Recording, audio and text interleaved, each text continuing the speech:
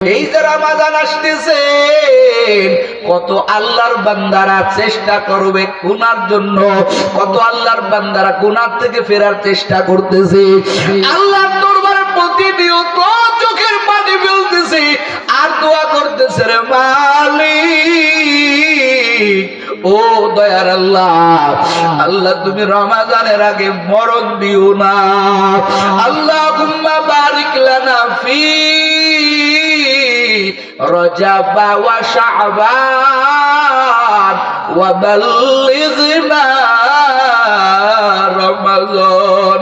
আল্লাহর বান্দা প্রতিনিয়ত কান্না করতেছে, কারণ ওই বান্দার কলমের ভিতরে, ওই বান্দার চিন্তা, আমার দুনিয়ার হায়াত বড় কম। বলে একজন বান্দা যদি 100 বছর বাঁচে, আখিরাতের তুলনায় বান্দা 2.5 মিনিট বাঁচলো। কয় মিনিট? জোরে কর। এত বাহাদুরি কিসের রে বাবা? যদি 50 বছর বাঁচে তো আখিরাতের তুলনায় মাত্র 1.5 মিনিট। কত মিনিট? 1.5 মিনিট। এই তো আমাদের বাহাদুরি রে বাবা। তো এই দুনিয়ার বাহাদুরি করে লাভ কি? ও আল্লাহর বান্দারা, ও কলিজার যুবক, এই জন্য যারা বুঝে তারা চিন্তা করে, আমি মরণের আগে কি নিয়ে আমার মাওলার দরবারে যাব? আমার হায়াত তো কম, ওরে কোন দিন আজরাইল চলে আসবে, ওরে কোন দিন আমার জান কবজ করবে, ওরে আমার তো আমল নাই, আমি মাওলার দরবারে কি নিয়ে যাব? আজকে এই চিন্তা তোমারও নাই, আমি বক্তারও নাই। অথচ যারা আমার আল্লাহর বড় গোলাম, যারা আমার আল্লাহর বড় আশিক, এই পাগলেরা চিন্তা করেছে আমি আমার মাওলার দরবারে কি নিয়ে যাব? আবার তো কোনো পুঁজি নাই। ও পর্দার আড়ালের আম্মা জানেরা, ও কলিজার যুবক, এই ফিকিরও তো তোমাদের মধ্যে নাই। ওরে আমার মাওলার দরবারে কি নিয়ে যাবা? তোমার আমার হায়াত তো বরফের মতো গলে গলে গলে গলে শেষ হয়ে যাইতেছে। ইমাম শাফি বলে, আমি বাজারে গিয়ে এক বরফ বিক্রেতার বরফ কিনা বিক্রি করা দেখে আবার সূরা আসরের তাফসীরটা বুঝে আসছে। বরফ বিক্রেতার ডাক দিয়া বলে, ইরহামু মাইয়াযুবু রাসু মালিহি।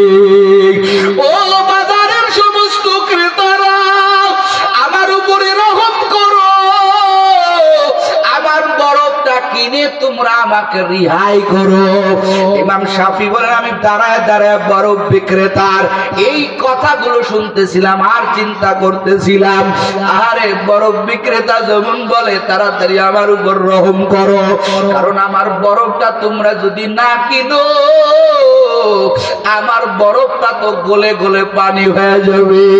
এই পানি তো আমি বিক্রি করতে পারবো না। ওরে কলিজার যুবক,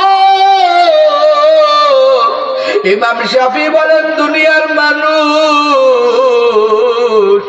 তোমার হায়াতটারে মূল্যায়ন করো, হায়াতটাও তো বরফের মতো গলে গলে যাইতেছে রে বাবা। এই জন্য কলিজার যুবক, 1 সেকেন্ড নষ্ট করিও না রে বাবা। এই জন্য আমার আল্লাহ কয়, বান্দারে, তোর হায়াতের যে মূলধন আমি আল্লাহ দান করেছি, আর এই দান করে আমি আল্লাহ যে তোর সাথে ব্যবসা করলাম। ইন্নাল্লাহ আশতারা মিনাল মুমিনিনা আনফুসাহুম ওয়া আমওয়ালাহুম বিআন্না লাহুমুল জান্নাহ। আল্লাহ তাআলা বলেন, তোর সাথে আমার ব্যবসা, তোর সাথে আমার ব্যবসা, আমি আল্লাহ তোরে জান্নাত দিব। তুই তোর জান আর মাল আমি আল্লাহর কাছে দিবি। এই ব্যবসার মধ্যে আমরা বড়ই দুর্বল, বড়ই ক্ষতিগ্রস্ত রে বাবা। ক্ষতিগ্রস্ত হইয়া কবরে যাইও না, কারণ কবর বড় ভয়ঙ্কর। এ আল্লাহর বান্দারা, হায়াত তো গলে গলে শেষ হয়ে যাইতেছে, কবরে নেওয়ার মতো আমাদের কোনো প্রস্তুতি নাই, আমাদের তেমন কোনো চিন্তাও নাই, আমি আমার মাওলার দরবারে কি নিয়ে যাব। কিন্তু সত্যিকারের যারা যুবক, যারা সত্যিকারের মুসলমান, বলছিলাম কয়টা চিন্তা করে? কথা কন ওয়াজ শুধু কানে নিবেন না, কলবে নিবেন। কয় চিন্তা? বাবারে, প্রথম নম্বর চিন্তা, ও আল্লাহ, আমি মরণের আগে জানো তোমার হক আদায় করতে পারি। আর আল্লাহর হক কি? ইন্নাল্লাযীনা আমানু ওয়া আমিলুস সলিহাত কানাত লাহুম জান্নাতুল ফিরদাউসি নুজুলা। সূরা কান সুবহানাল্লাহ। যারা ঈমানদার, যারা আমলওয়ালা, এদের জন্য আল্লাহর ঘোষণা, বান্দা তুমি জান্নাতি। সুবহানাল্লাহ।